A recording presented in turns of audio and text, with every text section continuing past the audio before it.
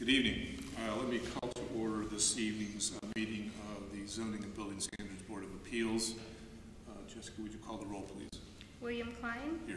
Brian Mahousen. Here. Clint Zollinger. Here. Sam Bacon. Here. Jessica Stroya. Here. Thank you. Well, welcome everybody. Let me explain the procedure that we're going to follow this evening so you know what's going to transpire in the next hour or so. We will introduce each of the two items that are on our agenda this evening. The applicant will be given the opportunity to speak on behalf of the variance request, and anyone else who wants to speak on behalf of it. We will also hear comments from anyone who wants to speak in opposition to the application, and during that process you can expect questions from members of our board. We will then entertain a motion by a board member to either grant or deny the application for variance. We're going to require anyone who wants to speak this evening to do a couple things for us. One, need to speak at the podium. From the back of the room doesn't work because we record our proceedings. So if you want to speak, please raise your hand and we'll give you the opportunity to do so. But anyone who's going to speak this evening that is aware of that at this point, we need to swear you in. So please stand up if you're going to speak this evening. I apologize, I don't have that in my file. You don't have that in your file? Tim, you want to do it? I recall it, I believe. Okay, we'll let the law director swear, and anyone who's going to speak this evening, please stand up. Raise your right hand and listen to Mr. Fox. Do you swear or affirm, and repeat after me, I state your name, swear or affirm that the testimony I'm about to give is the truth, the whole truth, and nothing but the truth. Thank you. Thank you all. If someone feels moved later on to speak, we'll swear you in as well. Please, at this point, if you have smartphones, everyone does, please turn them off, put them on silent, so you're not embarrassed by the ringing in your pocket. Like as I said earlier, our proceedings are recorded, so we need to have you speak at the microphone, podium, so that we have an accurate recording of what goes on here this evening. For the benefit of the applicants and everybody here, we have the applications and the packets that were sent out to us probably a week or so ago. It's our practice and custom to go out and look at the properties so that we know what you all are talking about. That doesn't mean you can't explain whatever you want to explain, but just be mindful that we are familiar with what you're asking this evening. First thing we need to do, though, is we need to approve the minutes from our last meeting. They've been circulated. I'd entertain a motion to approve the minutes as submitted. So moved. Is there a second? Second. Moved and second. Would you call the roll, please? Jessica Stroya. Yes. Sam Bacon. Yes. Clint Zollinger. Yes. Brian Mahousen. Yes. William Klein. Yes. Thank you. Minutes are approved. Jessica, would you introduce the first item on our agenda this evening? We have application number ZBOA 254-17, 415 South Main Street. Zion United Church of Christ is requesting a variance to remodel and update an existing legal non-conforming monument sign. Great, thank you. Someone here to speak on behalf of the application? Would you please identify yourself for the record and then proceed? Hi, Dan Berkey for Archer Sign. Speaking on behalf of the client, they want to update the signage on the front of their building on their what you would consider a monument sign, which is brick structure out in front of their church. We understand that per the code, the sign that they currently have does not meet current code because it's a double-sided sign. It is not back to back. When they installed it at the time in 2001, it was to the current code. They simply just want to remove the existing message center so they can control it. You know, it's the old-fashioned message boards where you're sliding in the words and somebody has to go out there in all kinds of weather and do it. So they'd rather have an electronic message board. They can vary the message more often. They can control it from a computer inside the building, and it can get a better message across to the people that they're trying to reach in the community. In regards to these, we do know that the square footage of the sign needs to be 40 square feet. These message centers, due to their limited size, come in at 20.2 square feet per face of the message center. So we need a variance for the message centers to be not back-to-back, but be separated, and also for the square footage of a 0.4 variance on the square footage. At the same time, while they're doing this upgrade, they want to take the non-illuminated pin letters off the front of the brick and update it to their current logo, current design for the church to change the name. Okay, can you explain to us then, I assume that it is feasible to have a sign that's compliant. If we went with one that is compliant on the square footage size, it would be quite a bit smaller than what they currently have, because these message centers only come in certain sizes. Is that based upon the manufacturer? Yes, it's based upon the manufacturer. So in regards to the design of that, if we went with a smaller sign, you're going to have a large gap around the side, which is not brick, but I believe it's your standard 8x8 block or whatever it's going to be your split face block that's behind the sign. So you're going to have some exposure. They would have some extra cost to make it all look nice and pretty with adding brick around the faces of the message center. I guess the next question I have for you is whether there are not other manufacturers who have different standard signs other than the one you've chosen. I would have to research that and get back to you, but most of them are all pretty much the same size. This current one we're looking at is 5'6" by 3'8". The overall message center area is 3'2" by 5'3". It's just a matter of the cabinet size. That's the best one to fit into what is currently there and fill in the hole. Okay. Jessica, do you have questions? I don't have any questions at this moment. Okay. Mr. Bacon? Clint? I want to make sure I understand what's non-conforming. You have 20 square feet for each of the message signs, and then the front is like 16, 56 total square feet? Yes, yes. Okay.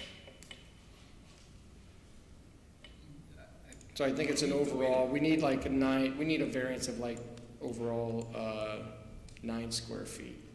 Because the sign on the front is an extra 8.6 square feet for the church name sign. And when you add in the message centers at 20.2 each, we're right at 49 square feet, and we're allowed 40 square feet total. So we need a variance of 9 extra square feet of signage. Mr. Fox, did you have a question or a comment? Right. I think I wanted to point out that there's actually 3, as you had just mentioned. There's actually 3 that we're looking at because when you do the monument type of sign, you have to look at what's in your field of view. So you actually have the 3 there, and perhaps the sign itself. I think what we're looking at is not just the message, measuring the message area, but the area of the sign itself, because it's a monument.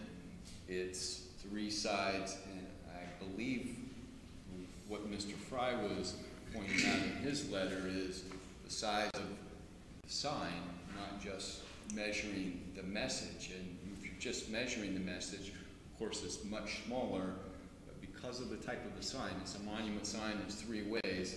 It's the size of the sign itself. The surface area of the sign, without regard to the size of the message center. Correct. Whereas if you reduce the size of the monument itself to reduce the surface area of the sign, the message center could stay whatever size is apparently standard with this manufacturer. Right. Okay. Thank you. Ryan? I was going to ask similar questions. I'm assuming that the manufacturer doesn't offer a custom cabinet size? Again, sir, I would have to go back and research that. I don't have that information with me right now. Have you never done one? Yes, we have done them. And You've done custom cabinets? Yeah, not custom, no. Usually it's in standard sizes, because what it is the LED panels, on most of them, they come in like certain 12-inch by 12-inch squares. So you can, if one section goes bad, you can pull it out, replace it, and you don't have to replace the whole sign. And then you got to build the cabinet around it. I came up with the 2 lateral signs at a total square footage of 38.54 square feet. You were saying it's just over 40? The square footage that I had shown on the drawing was it was like 20.2 is what I had per face. That's total with the message center, total face of the sign. Yes.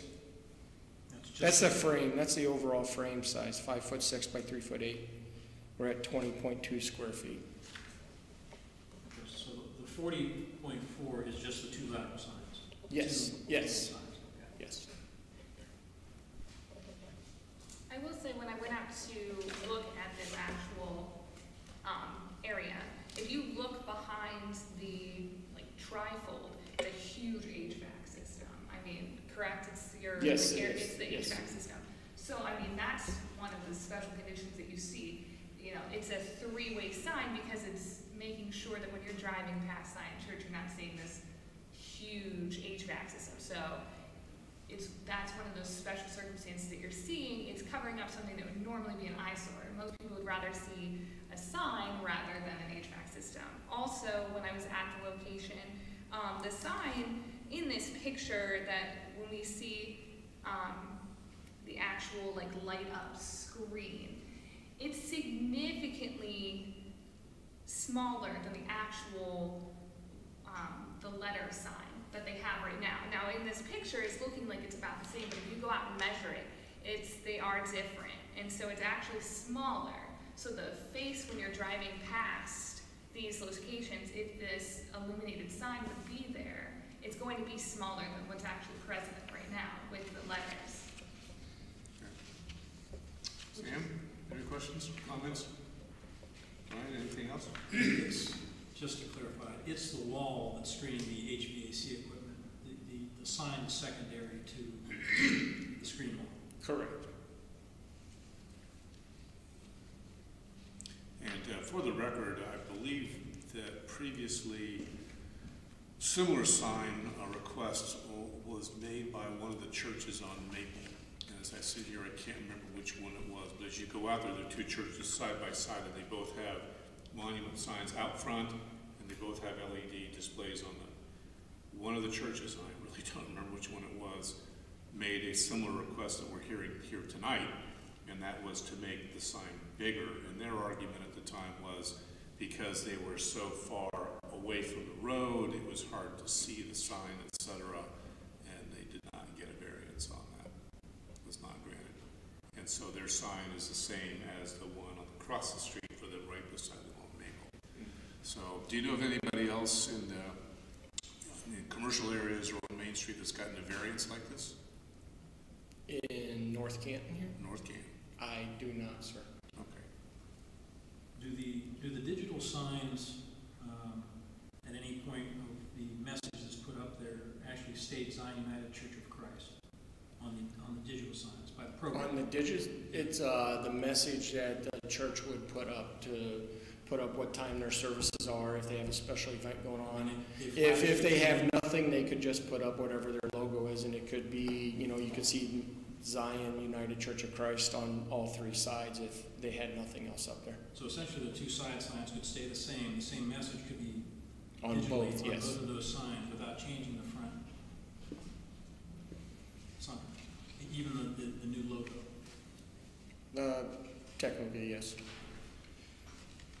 Would it operate, where you could operate two different messages on each digital sign, or would it always be the same? I'm guessing. I think you can, but I think the way it's wired, it's going to, because usually they're back to back, you're going to want to put the same message on both That's what sides. it would operate like it was a back-to-back sign? Yes. Given Mr. Fox's comments, if I understand this correctly, then if you reduce the size of the monument itself, each side, the square footage around the message board, you could be compliant. I believe so. Would it pose a risk of exposing the HVAC system? Apparently, there's a wall that I believe you got cinder block wall behind the brick, or you got a wall behind the brick. So when we remove the current message center that's there, there's going to be brick behind there that we got to attach to. Okay, that entire surround, that garden wall is entirely brick, except for the base and the cap. So if you reduce the size of the existing side signs, you're not seeing block exposed behind it. It's all brick, right? I gotta go back and look at my pictures. I'm not sure if there's cinder block behind there or if there's brick. Does anyone from the Okay, so then it is brick, yes. But you will see then, if you made it smaller, you would see a gap on the sides. We'd have to put some type of flashing or trim around it to keep from animals nesting in there or something. But it could be done. Could be done. Okay, thank you. Any other questions or comments? There being none, I would entertain a motion to either grant or deny the application for variance as submitted.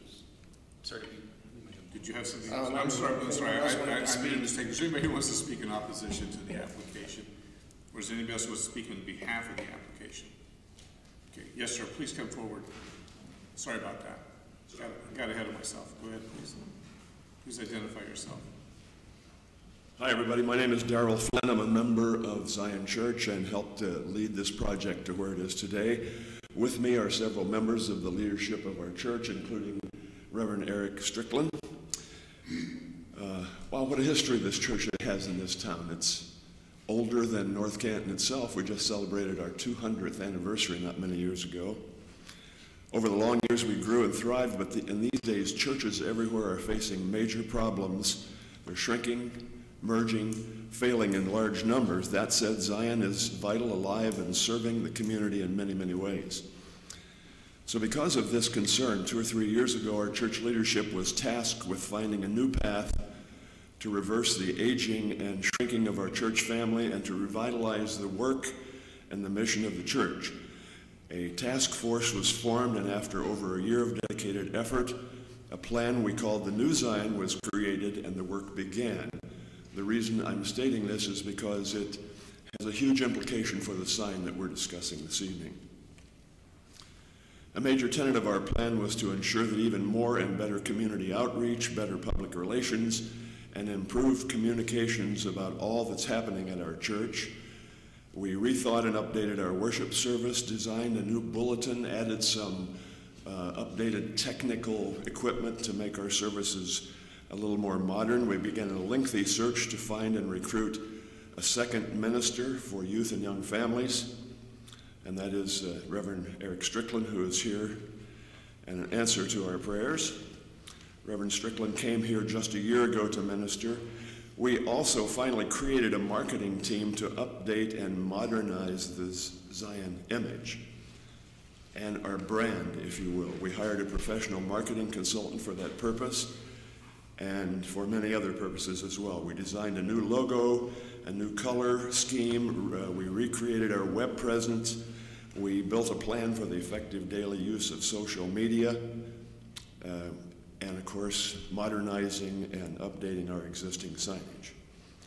All of the major parts of our new Zion plan are either complete or well in progress. One of our in-progress issues, of course, is the sign we've designed, funded, approved, and put into the hands of the Archer Sign Company. As you might suspect, this new signage is intended to be the star player in our new image and connectedness with our community around us. We all know that as Archer applied for the work and the approval, we were denied.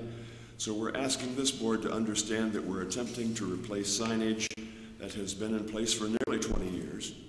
We simply wish to replace the current electric signs with new, modern, digital, computer-managed signs of the same basic nomenclature and not too far off from being the same size.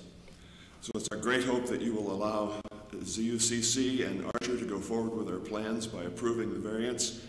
We thank you for listening. We thank you for your volunteer service to this board. And we thank you for your thoughtful consideration of our request. Thank you, sir. Does anyone have any questions for this gentleman? Anyone? Okay, thank you, sir. Thank you. Is there anybody else here who would like to speak on behalf of the application? Anyone in opposition to the application? Okay, now I will entertain a motion to either approve or deny. We can discuss during the motion, but that'll get it on the floor. So to grant the application for variance or to deny it. Need a motion.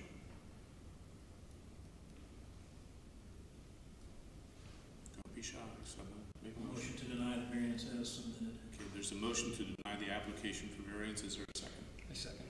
Moved and seconded. I'll kick off the comment period by just pointing out that there has never been in my memory, a variance granted for this kind of monument sign for a church or otherwise, and that it's apparent from the comments by the contractor that they can make it compliant. They may have a little bit extra work to do, but it sounds like the message board will stay the same to accomplish the objectives of the group who's behind this, or the church is behind this, but it would make it compliant. So for that reason, I would be inclined to support the motion that's been made. Anyone want to comment? I have no further comment. I have the same opinion as Bill. Okay. Clint? Yeah, the same, you stole my thunder. Sorry. Mr. Bacon, any comments? Jessica? No comments. Okay. There being no further comments, then call the roll, please. The motion is to deny the application for variance. Jessica Stroya? No. Sam Bacon? No. But to Clint. be clear, the motion, yes means to grant the motion, no means to deny the motion. Okay, thank you. Go ahead, please. Clint Zollinger? Yes. Brian Mahausen? Yes. And William Klein? Yes. Thank you. The vote is 3-2. The application for variance has not been granted, but we thank you for your presentation. It was thoughtful, and we appreciate the information. Okay, Jessica, would you introduce the next item on our agenda, please? Next, we have application number ZBOA 25517, 880 Laurel Green Drive Northeast. John Kovacs is requesting a variance to reduce the rear setback requirement regarding his new home. Okay, thank you. Someone here to speak on behalf of the application? John Kovacs. Please step forward, sir. Thank you.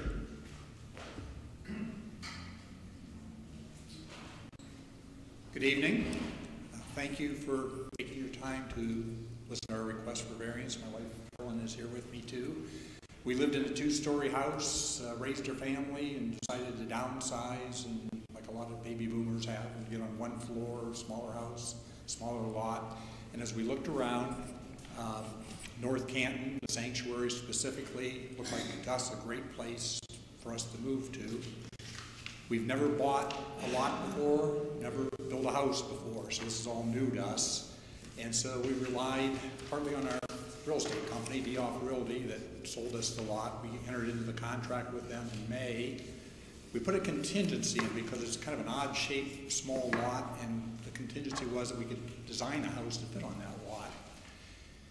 We thought when we signed contract in May that we'd have a house and break ground by July. Very optimistic in retrospect, because it took many, many drafts to get a house plan that would fit on this lot. And so we engaged a contractor, AC Construction.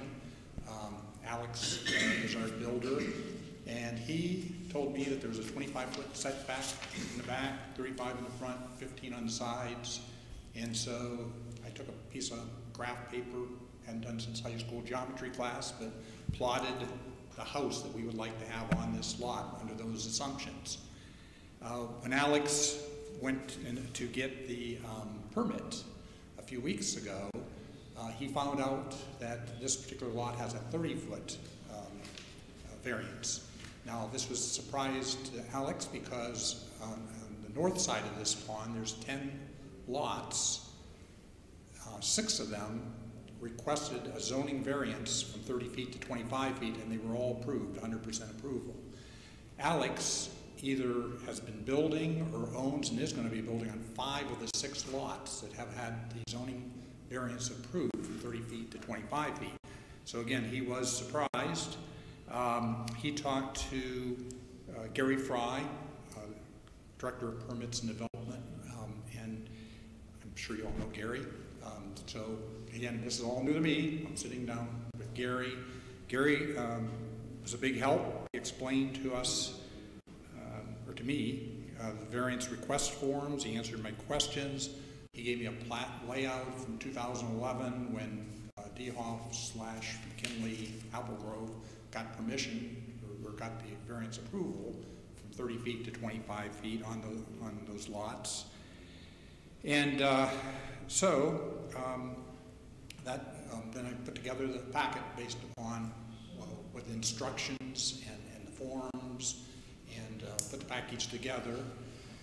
And since that time, by the way, we decided that we had 5 feet setback on one side, and one of our neighbors said that seems awfully close, so we moved it over the 7.5 feet. And moving it the side setback to 7.5 feet meant that our dining room, which is what protrudes into this 30-foot space by 2 feet 8 inches, it became 2 feet 9.25 inches, I believe, another inch and a quarter. So anyhow, I plan to discuss the 2 documents that I had submitted as a part of the package in response to the issues that were identified in the letter that came with the form. The letter said your application will be granted or denied based upon the following issues, and those 4 issues were identified as justification on the form itself, and on my attachment I called it justification for those 4 issues. The second document covers 10 factors in the area variance code. That code says shall be considered and weighed by the board to determine practical difficulty. So here I go into those 4 issues. There's a little bit of update from what I attached, by the way. Just part of that was, as I said, is moving the house over to 7.5 feet. The first of the 4 said special conditions exist peculiar to the property in question. Do you want me to repeat these answers, or do you want me to just... You're welcome to if you want to, sir, okay. But we've had this for a week. I think everyone here has read through it. We understand your position with respect to the irregular lot and the conditions of other properties in the area. If you want to summarize it, that's fine, but it's entirely up to you. Well, if I could, rather than repeating those things, I have a couple of changes and amplifications. If I could. I had to squeeze this out, by the way. Thank you for, and Jessica, for getting me on the agenda, because you had already had just one item. So I had to quickly, and again, without experience in zoning or anything else, but with Gary's help, pull this all together. So, I mean, I think all the statements I made are truthful. I would say that as I reflected back on this, even with a 25-foot setback, and you can probably tell this if you went out there, on the north side of the lot, there'll be about 61 feet of land behind my house before you get to the water. On the other side, it's more like 70 or 80 feet on the south side because of the way the angle. Isn't the trail, I went back there. The trail goes by your property, right? Correct. You're staked out right now. Correct. That's your lot there. Correct. And this parcel, your lot 134? Yes. This parcel that has a handwritten 5609242, what's going to be done with that? Is that part of the right-of-way of the trail, or? Yeah, this was a little confusing to me too. It's a narrow. I was asked who owned Adjoining properties, and I thought the trail was owned by Stark County, and I think there are parts where Stark County Parks Department or somebody owns the trail and some ponds and things like that, but this is, the trail, at least next to my lot, is owned by the homeowner association, the Sanctuary Homeowner Association. So I would say, again, not being experienced in zoning, I would think the reason for a 30-foot setback is that if I had a 30-foot setback from my house and the person behind me had a 30-foot setback, there'd be 60 feet between houses.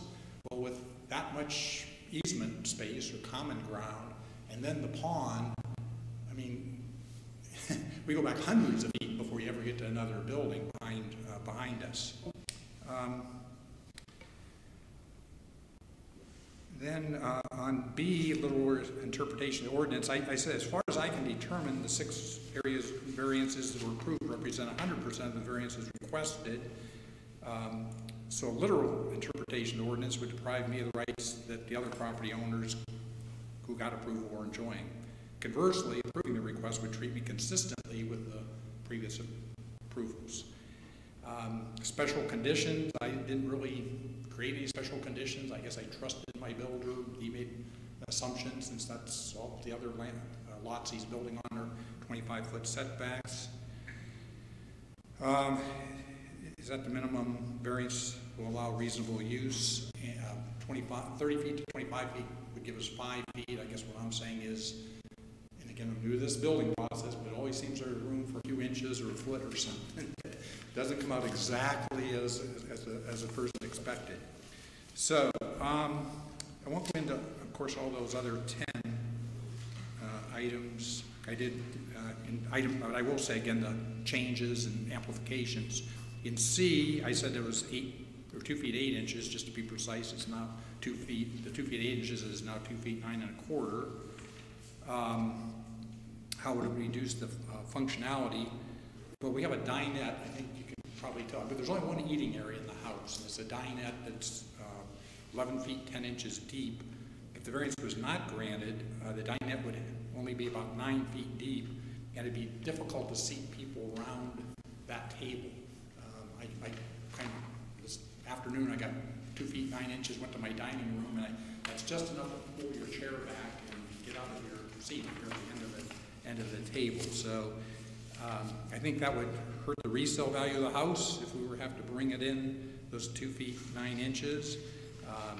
It would be smaller than similar houses, and I think the additional hardship of reducing a dining room, we are right up against cold weather now. And again, I'm not in the building, but Alex has an excavator ready next week to excavate. You saw the stakes, it's staked out. If we have to change that, we have to go. We already would have to go back and get our permit, and then we could break ground, and in about 4 weeks to excavate, about 3 weeks to get under the roof, and we could build over the winter and move in March. I'm just afraid if there's any other changes, the hardship would be that we would not be able to break ground and build. Alex's costs could be going up, material costs. We would be living in our cramped intermediate. The housing that we're living in right now is kind of a cramped area. And there are additional costs of going back and having the new plans made up. And finally, my bank loan, the bank, when they gave me the loan, they said, you know, they got an appraisal and they said it was based on that square footage. If I reduce the square footage, I may have to go back and have it reappraised. I may have to go through closing again. I'm not quite sure what all the consequences are if this is not approved, but there certainly are, to me, some very significant negative consequences. So I think that's my case. Thank you. Jessica, do you have any questions? No questions this time. Sam? No. Clint? It looks like if you had that, like, I'm trying to figure out the hardship part of this with the dinette. You know, I understand, like, it would be narrow, or would you, to make the dinette the same size and make other parts of the house smaller, would that be basically going back to the drawing board? Well, these houses, and again, I'm learning this on the fly, but there's a very sort of standard house that's being built now where there's the garage, there's a master, on one side there's a master bedroom, and in front of the master bedroom is a den or a second bedroom, and on the other side is a laundry room and a kitchen, and the kitchen goes to dinette. There's a very cookie cutter type of approach to a lot of these houses now. So that dinette is very typical. In fact, the house next to me that's in the process of being finished has a dinette and a master bedroom, just like mine, and a covered porch in between. So cutting the dinette back to 9 feet would be an unfortunate consequence, but it's probably what we have to do, because otherwise you'd have to scrunch the house up, you have to scrunch the kitchen up, you'd have to, and then you're talking about the whole width. This is only 13 feet wide, by the way, the dinette, so it's only 13 by 2 feet 9 inches that we're talking about. But to have to come backwards into the house would definitely be a major redesign, and I would kind of assume the bank would want that's not the house they loan the money on, so they'd want an opportunity to look at this whole thing again and again. I'm just positive that would push us into the spring. You're just looking at page 5 of your attachment with the lot. It's your understanding the homeowners association owns that parcel between the trail and your lot, and the pond and the land on the other side of your rear lot line there. And nothing's going to ever be built on that. Correct. And I got that information from the Stark County Auditor's parcel viewer, something new to me. I'm sure you guys are familiar with it, or people are familiar with it. And I know it's not always completely updated, but that was a surprise to me, because I thought Stark County Parks Association owned a walking path. I think they probably have an easement. Yeah, right of way. They have a right of way or an easement across Yes, the I'm fee sure they interest do. of the homeowners association. It's probably how it worked out. So. Yeah, But they have the right to use it and have the right to make a path out. correct. Anything else, Clint? Nothing further. Right? Because this is previous to my involvement with the Zoning Board of Appeals, what is the history from the city on the 2011 variances that were granted? There were none. I think what transpired, and I inquired about this, is the plat was approved with the setbacks different than what the code would require, because there were no series of setback variances granted by this board. So it happened at the plat level. So I've been planning. Planning allowed it. So he's correct, I believe, although I've not looked at the map, that there are houses which have a different setback. They have 25 rather than 30, but it didn't happen here. Whether it happened here or not, I don't think is germane to the issue. I think the issue is whether other properties within the same area have enjoyed, if you want to use that word, the right, if you will, to have a different setback than what is being required in this situation. But there's no precedent. The precedent is in planning, but was not here. So there's precedent, but where it came from, I'm not sure whether that's really drives the issue or not, but it wasn't here. Could I interject just a second on that? Sure. What I was given is that in 2005, the plat was made up That's the plat. for Dehoff Realty or McKinley Apple Grove. And then in 2011, so 6 years later, they came along and asked for the variance to bring those 30 feet to 25 feet. Whether it came to this particular board or not, I'm not sure. It's not technically a variance, but it was an allowance to have conditions that were not meeting code. Okay. But it didn't happen here. So just to be clear, it happened, but it didn't happen here. Okay. Variance is a technical word, and so I want to make sure the record is clear on that. Okay. Anything else, sir? Well, and I'm not sure if you're complete. Sorry. I think there are other types of variances, at least what I was told, that are like side setbacks and things like that have been approved. Actually, I haven't heard of anything that's not been approved, so I think that's all I have. I believe your wife would like to have a few words with us. Please step forward. As she was trying to get your attention, so. Yes, ma'am. I was just going to say, we did not know, we did not know how difficult it is to change a room. Because you ask, what the hardship is, they do have to go back, because we met with the guy who does all the drafting. They have to change, you guys probably know this, we didn't. You have to change the whole roof line. Who would have known? I thought, just bring the kitchen back, or the eating area back into the kitchen. You can't. You cannot do it. It's not that easy. He said if we do that, we have to take it off the whole back of your house. In other words, the great room and the bedroom all has to be set back.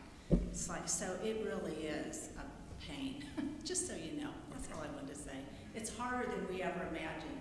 I don't understand why you can't just do it and just fix it. I don't know, but I'm not an architect. So I just wanted you to know that. It's harder than we realize. Thank you.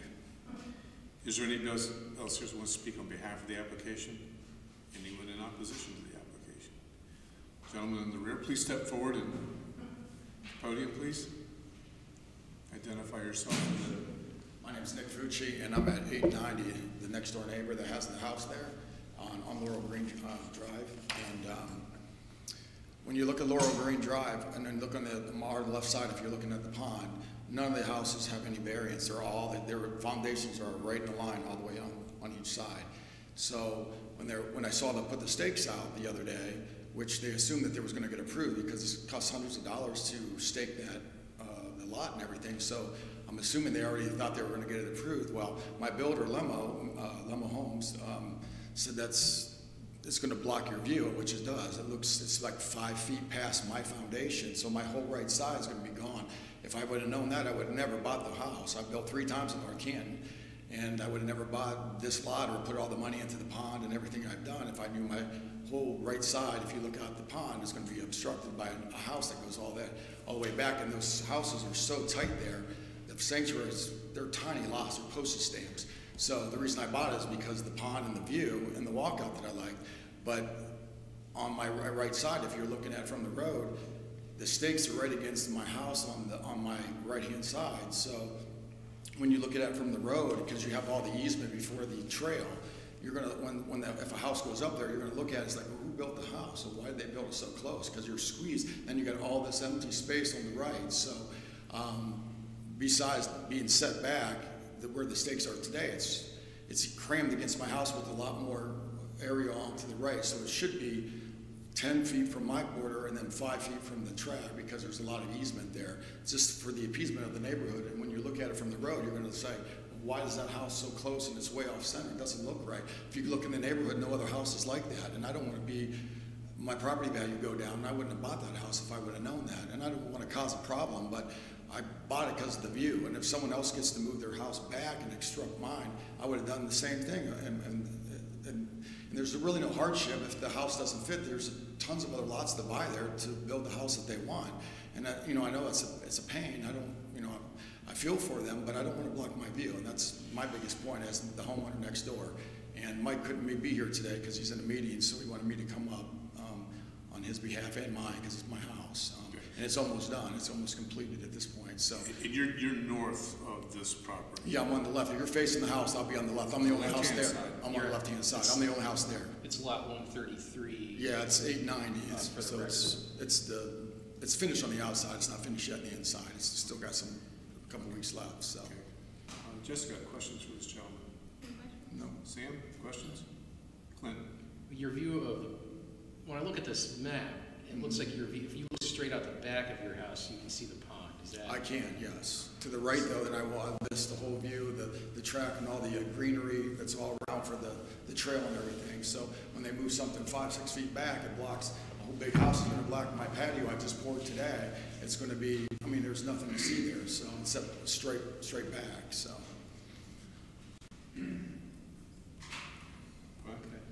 I have a question for Mr. Kovach.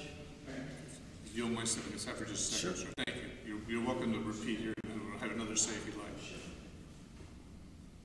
Was the decision to apply for this variance made before or after this home was designed? After the home was designed. Okay. And as a home builder, you own the responsibility, not as a homeowner, as a home builder, they own the responsibility of design and construction, as well as the input into looking into the ordinances and the building code. And that's key here. Yes, I agree. I wasn't real happy that Alex told me all along it was a 25-foot variance. And actually on the City of North Canton's webpage, I don't know if you realize this or not, but you can't get to the code. It says something about, is this in compliance with the code? I was talking to Tim Davis. He spoke at a Chamber of Commerce meeting Tuesday morning, or Friday morning, and he's redesigning the webpage. And I pointed this out to him that you have the form for variance request, and it says, what ordinance are you seeking relief from or for variance from? But there's a person like me trying to hurry and get here didn't have access to the code. Well, actually, you can. From it's the not, webpage? you have to Google it. But you're correct. If you just go to the city's website, there's not a hyperlink to the text of the code unless there's been some change that I'm not aware of. But if you ask Google, if you will, for ordinance of the City of North Canton, Ohio, there's a link right there to it, and it's I forget who put this together. It's a contractor that does this for lots of smaller cities. They are available. What is it? Conway Green. Conway Green, yeah, thank you. It's there. You can see it online. I went through I Googled, and I went through about 5 or 6, maybe I didn't get But to Brian's point, yes. Your builder was responsible initially for making sure that what he was designing and then going to sell to you was compliant. The problem is he's asking you to correct a mistake that he made. Yeah, and he's out of town, otherwise I would have had him there, but, or here. But could I just for a second respond to my future neighbor? Yeah. I was concerned about his view. I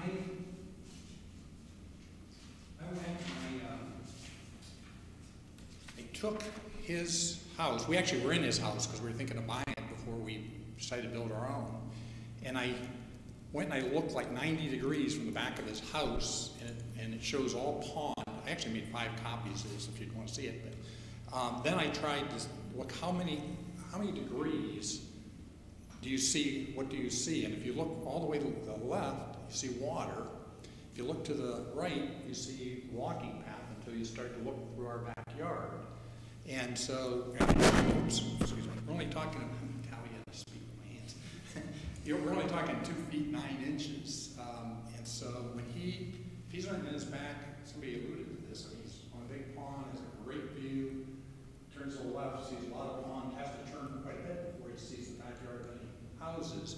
If he turns to the right, he sees pond, he sees walking path.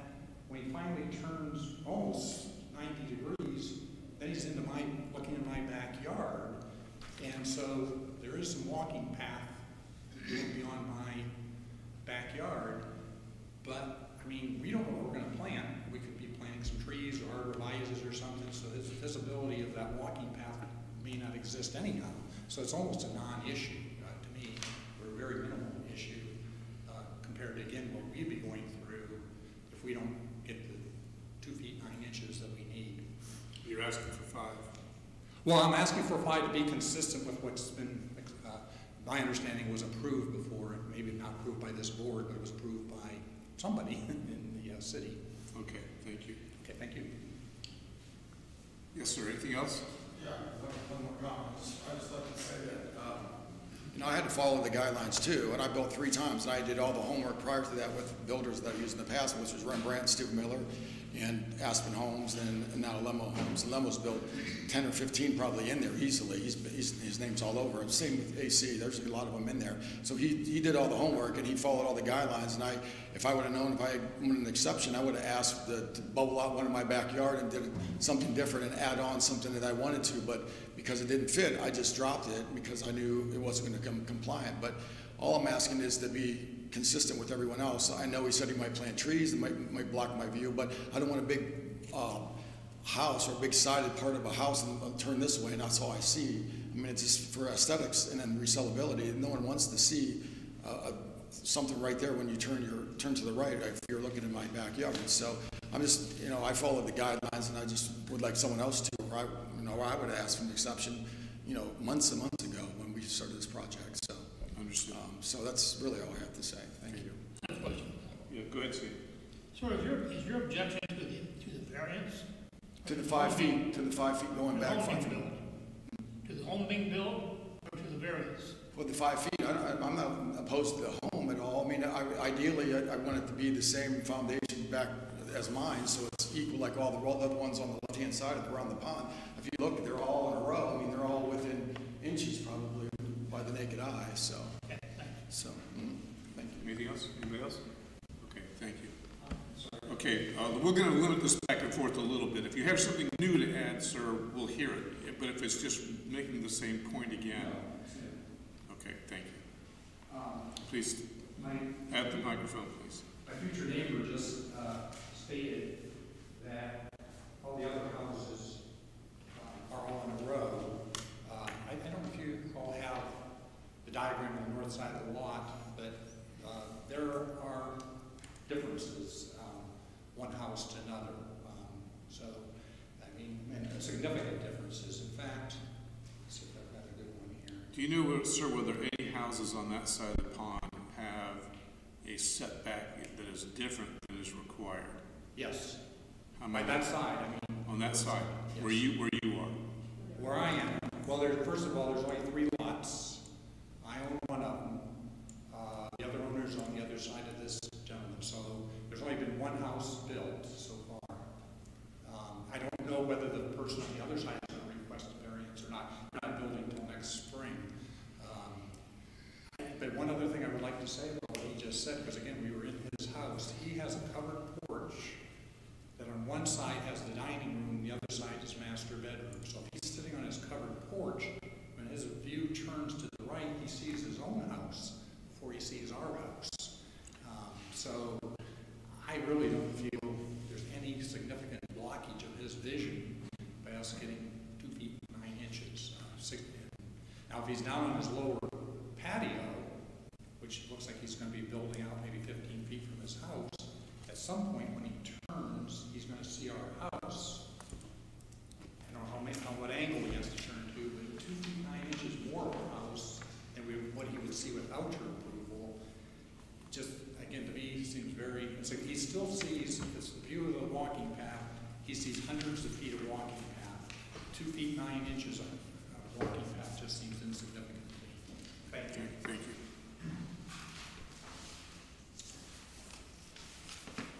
Okay. Anybody else here who wants to speak this evening? Okay. Thank you. To get the issue before us, I'd entertain a motion to either grant the application for variance as submitted, or if someone wants to make some different proposal, we can consider that, or to deny the application for variance.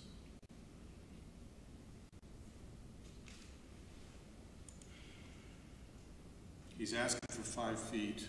The testimony is that 2 feet 9 inches is what is actually required of the building plans. So I think that's an issue before us, but I will entertain whatever you guys want to do. Clint? I'll move to approve a variance of 2 feet 9 inches, 9 1/4 inches. Is there a second? I'll second. Mr. Bacon seconds. Okay, discussion. Clint, you want to explain that? Yeah, I understand that. I agree with the special conditions. I see extra. I don't see anything being built to the right or between the pond. I don't think it's. Looking at my view, I looked at the lots. I went out there twice, and I see there might be some obstruction to the right from lot 133, but not that much. And it looks like it's a pretty good view of the pond and the trail. And I think everybody's known all along something was going to get built on lot 134 eventually. So as sort of a compromise, I'm not in favor of giving 5 feet. I think that's too much. If the builder's asking for 2 feet 9 1/4, I think we're being generous offering that much. So I'm in favor of that much and not any more. Okay. Ryan, comment? In looking at this plot plan, do I understand correctly, this house is right at the front yard setback and right on the side yard, both side yard setbacks? It looks like it's front on the rear side, yes. Because of the shape of the lot, yes, I think you're correct. So there's nowhere else for this home to go without? No, unless you shrink it. Anything else? No. Jessica? I agree with the special conditions, and I agree, I think 5 is too much, but the 2 feet 9, I think, is appropriate. 2 feet 9 1/4. 2 feet 9 1/4. Don't forget that quarter. Absolutely. I think it is appropriate for what is being asked. Sam? Anything to add? I second it, yeah. Okay. I would, for the record, state that there are some special conditions here given the shape of the lot, and that the plat was approved with setbacks which are not consistent with current code. I do think that 2 feet 9 1/4 is the minimum that will allow reasonable use of the property or the building under these circumstances. I'm reluctantly in favor of the motion simply because, as has been pointed out, it was the builder's responsibility to design a home that meets the requirements of the code. But 2 feet 9 inches under these circumstances, I think, is justifiable. Any other comments by anybody else? If not, the motion is to grant the application as amended by the motion. Would you call the roll, please? Jessica Stroya, Yes. Sam Bacon, Yes. Clint Zollinger, Yes, but I want to make sure the record's clear. Was there a second to the motion? Yes, Sam seconded. Okay, yeah, I'm in favor. Brian Mahousen, No. William Klein. No. But it passes by a vote of 3-2.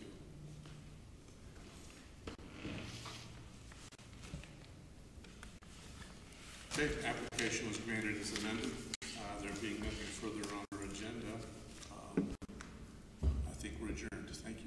Thank you for your presentations and your comments.